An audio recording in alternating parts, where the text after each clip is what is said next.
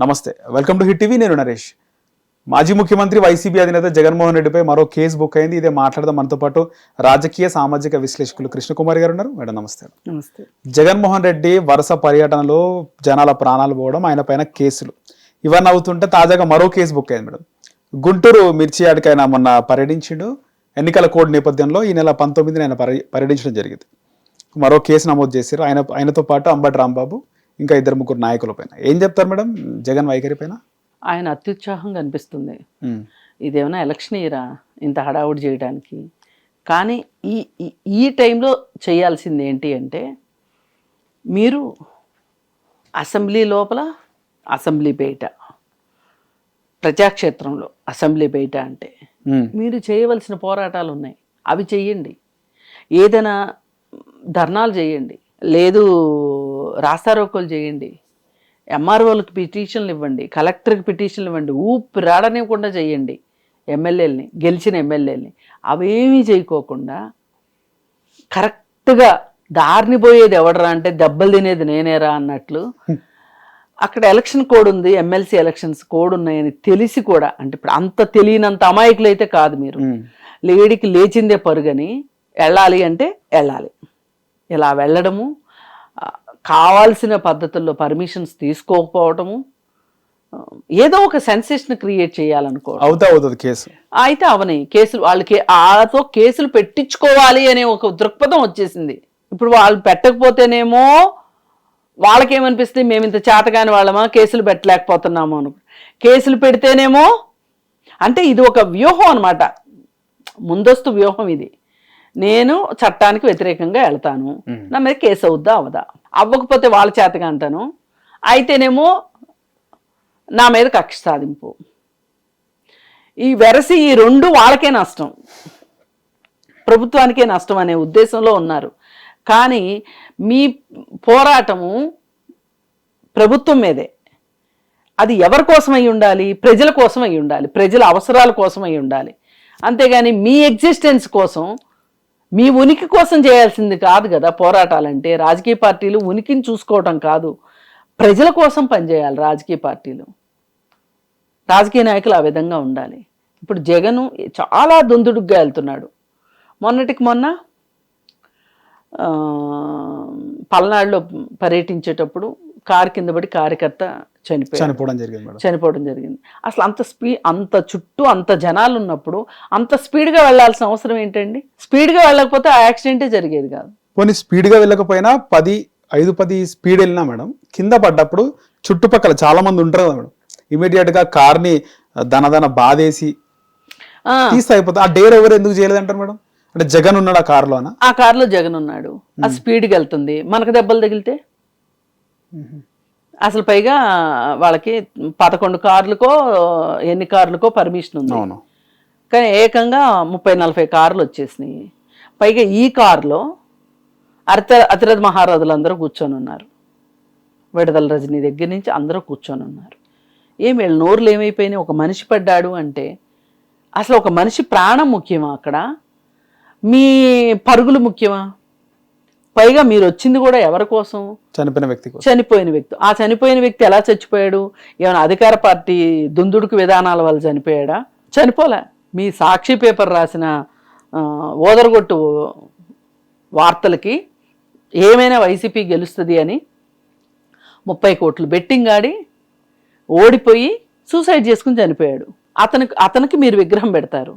అతనికి విగ్రహం పెట్టి సామాన్య ప్రజలకి ఏం సంకేతం ఇద్దాం అనుకున్నారు?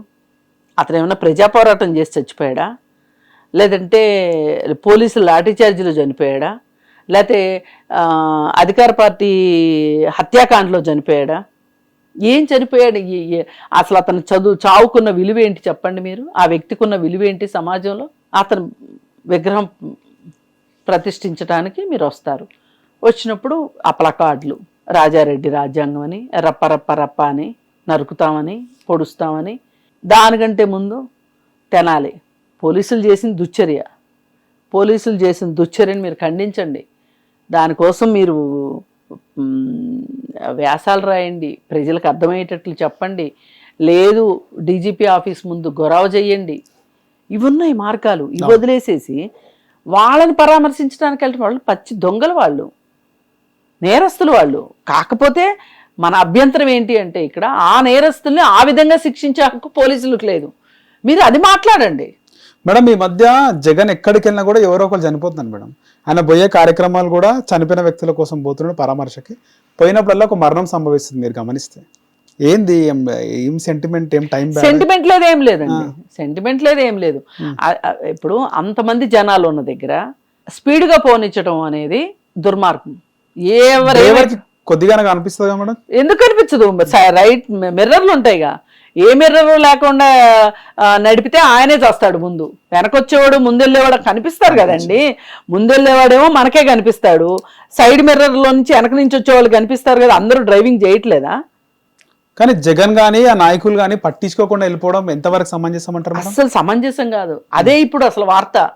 అతను చనిపోవటానికి వీళ్ళ యాటిట్యూడ్ కూడా కారణం. అసలు వీళ్ళు ఎందుకు చెప్పరు?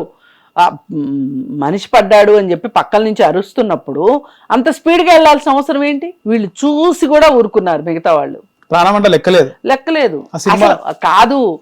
వాళ్ళకి ప్రాణం అంటే లెక్కలేదు అనే దానికి చాలా ఉదాహరణలు ఉన్నాయి. సొంత బాబాయినే ఏం చేశారు? వాళ్ళకి ప్రాణం అంటే లెక్క ఉందా? మరి ఆ ఎమ్మెల్సీ సంతోష్ బాబేనా డ్రైవర్ని చంపి డోర్ డెలివరీ చేశారు. ఇన్ని ఉండగా ఇంకా మనం కొత్తగా మాట్లాడుకునేది ఏంటి? సినిమాలో చూసిన దృశ్యాలన్నీ ఇక్కడ అన్నీ కనిపిస్తున్నాయి. వీళ్ళకి ప్రాణాలంటే లెక్కలేదు. వాళ్ళ పదవి, వాళ్ళ డబ్బులు ఉంటే చాలు, ఇంకేం అక్కర్లేదు వాళ్ళకి. ఇది ఇలా చేసుకుంటూ వెళ్తున్నాడు జగన్. ఇప్పుడు మిర్చి యార్డుకి వెళ్ళడంలో కూడా వెనక వాళ్ళ ఉద్దేశం ఏంటి అంటే ఎమ్మెల్సీ ఎలక్షన్లు ఉన్న సందర్భంలో కోడ్ ఉంటుందని కూడా తెలిసి వెళ్ళినందుకు గాను అతని పైన కేసు బుక్ అయింది. ఇది కూడా రాజకీయ కక్ష. ప్రభుత్వం మా మీద కక్ష కట్టింది అంటే ఇక ఎవ్వరేమీ చెప్పలేరు. ఏదైనా అతను అసెంబ్లీకి వెళ్ళి అసెంబ్లీలో ప్రజల తరఫున ఎలుగెత్తి చాటాల్సిన అవసరం ఉంది. అసెంబ్లీలో పోరాటం చేయాలి, బయట పోరాటం చేయాలి. అలా చేయకోకుండా తనదైన శైలిలో తను పోరాటాలు చేసుకుంటూ వెళ్తాడు. పోరాటం అనుకుంటున్నాడు. మరి అది రేపు పొద్దున ఎలక్షన్స్ టైం వచ్చేసరికి ఏ విధమైన పరిణామాలు అవుతాయి, ఏం జరుగుతుంది, అతనికి మంచి అవుతుందా చెడు అవుతుందా, అసలు ఈసారి ఎలక్షన్స్ వరకు అతను ఉంటాడా, అతను బెయిల్ రద్దు అవుద్దా, అన్ని ప్రశ్నలే కదా. అన్ని ప్రశ్నలే. పైగా అదే కోయలు ముందే కూర్చింది అన్నట్లు సంవత్సరం అవ్వలేదు ఎలక్షన్లు అయ్యి, కొత్త అధికారంలోకి వాళ్ళు వచ్చి సంవత్సరం కాలేదు. ఇప్పుడే నువ్వు ఈ విధంగా సమస్యల చుట్టూ పరిగెట్టి హడావుడి చేసి ఏంటి సాధిస్తావు? ఇది టైం ఏంటి అంటే ప్రజల తరఫున పోరాటం చేయడానికి, ప్రజల గొంతుకుని నువ్వు అసెంబ్లీలో వినిపించటం, అది చెయ్యాలి. అక్కడ ఏమీ పని జరగకపోతే పిలిచి వెయ్యొచ్చు, అట్లాగే రోడ్డు పైన పోరాటాలు చేయొచ్చు, మంత్రులు ఇల్లు గొడవ చేయొచ్చు, ఎమ్మెల్యేల ఇంటికి గొడవ చేయొచ్చు, కలెక్టర్ ఆఫీస్ ముందు కూర్చోవచ్చు, ధర్నాలు చేయొచ్చు, ఎన్నో ఉన్నాయి మార్గాలు. అవన్నీ వదిలేసి అల్లరి చేయడానికే మేము ఉన్నాము అన్నట్లుగా వీళ్ళు అల్లరి చేసుకుంటా అల్లరి చిల్లరగా వెళ్తున్నారు. ఇది మట్టుకు వాళ్ళకి ఏదో ఒక సానుకూలమైన వాతావరణం ఉంటది అని అనుకుంటే మట్టుకు అది భ్రమే.